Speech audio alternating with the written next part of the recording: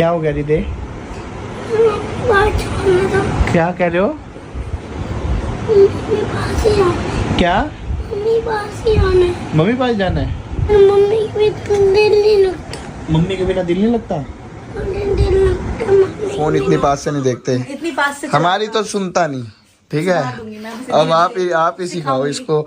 हम इसको सिखा थक गए भाई। फोन दूर रखो, फोन दूर रखो। दूर से देखते कितनी बार बोलते हैं ना चाचू, बोलते हैं ना। अब सीख गया, अब नहीं करेगा, पास से नहीं देखेगा।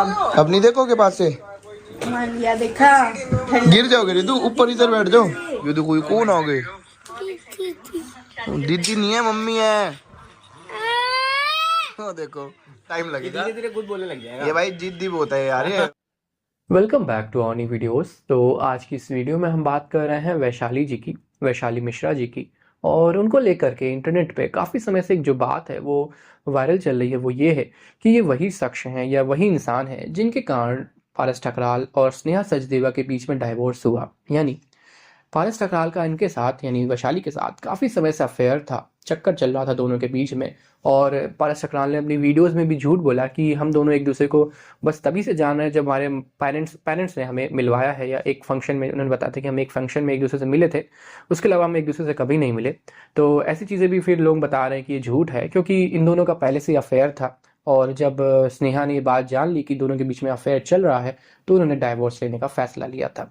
और इसको लेकर के काफ़ी थू हुई थी उनको। और उसके बाद फिर उन्होंने अपनी वाइफ का फेस रिवील भी इसलिए जल्दी नहीं किया कि लोग देखेंगे तो लोग कहेंगे कि एक को छोड़ के जिसके साथ अफेयर किया उसी के साथ फिर से घर बसा रहा है। तो इसको लेकर के काफ़ी सारी लोगों की प्रतिक्रिया आ रही हैं इंटरनेट में, और लोग कमेंट भी यही कर रहे हैं, क्योंकि जैसे आप देखें तो फेस लगभग 99% सेम है, नाम भी वही है वैशाली मिश्रा, तो कोई शक की बात नहीं रही।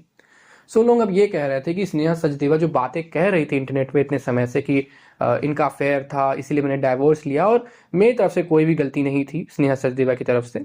सो लोग अब कह रहे हैं कि स्नेहा सचदेवा जो बात बता रही थी वो सही थी, और पारस ठकराल यहाँ पे गलत हैं, क्योंकि उन्होंने अफेयर किया एक दूसरी महिला से, शादी में रहते हुए एक एक्स्ट्रा मैरिटल अफेयर किया।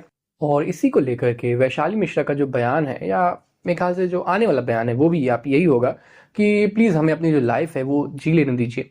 क्योंकि अगर आप देखें तो जो होना था वो हो चुका है, अफेयर होना था अफेयर हुआ, डाइवोर्स होना था डाइवोर्स हुआ।